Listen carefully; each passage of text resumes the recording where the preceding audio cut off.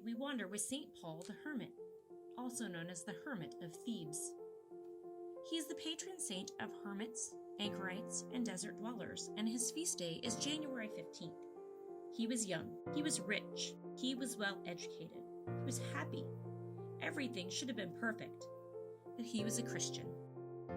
His name was Paul.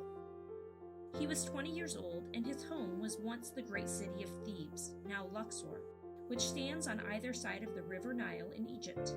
In those days, the mighty Roman Empire stretched as far south as Egypt. So what the Romans said was law in Thebes. What's more, at this particular time, around the year 250, the Roman emperor was a man named Decius, who disliked Christians even more than some other Roman emperors had done. He had many Christians put to death, so it was dangerous to be a Christian. Paul's parents had died when he was 15 and left him a great deal of money. That was fine, except that Paul's brother-in-law decided he liked Paul's money and had seen a way to get a hold of it. If he told the Romans that Paul was a Christian, then Paul would be put to death and he'd inherit Paul's wealth. Luckily, Paul discovered that he was about to be betrayed and fled from the city of Thebes out into the desert. He found a cave where he could hide.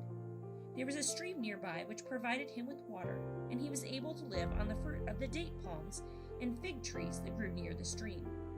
He even began to enjoy the life of a hermit. A hermit is someone who moves away from normal everyday life and lives alone in a secluded place. Paul found he enjoyed having time to think about God and time to pray. He had all he really needed, even fresh clothes that he made from the leaves of the palm trees. So he decided to remain a hermit. After some years, so the story goes, a raven began visiting Paul each day.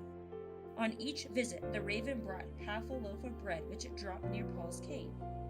Paul continued to live in this way for many, many years. Then one day, another Christian, who was also to become a saint, was led to Paul's cave. This man's name was Anthony, and he, too, was a devout and thoughtful Christian. But what was truly amazing about their meeting was that on the day they met, the raven brought not half a loaf of bread, but a full loaf. The two men took a long time to start eating the meal because Paul insisted that Anthony was his guest and should therefore eat first, while Anthony insisted that Paul was the older and the more respected and that he should eat first. At last they agreed to start together. The two men, who had done much thinking about what it means to be a Christian, had a lot to talk about. After some time, Paul told Anthony about his home in Thebes. He also told Anthony that, since he was now a very old man, he knew he was about to die.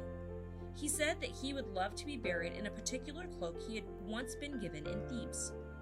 Anthony so wanted to please the old man that he set out for Thebes in search of the cloak. When he returned with it, he found Paul stretched out on the sand. Anthony thought he must be praying and knelt down to pray beside him until he realized that Paul had died. As the story goes, a pair of passing lions helped Anthony to dig a grave for Paul.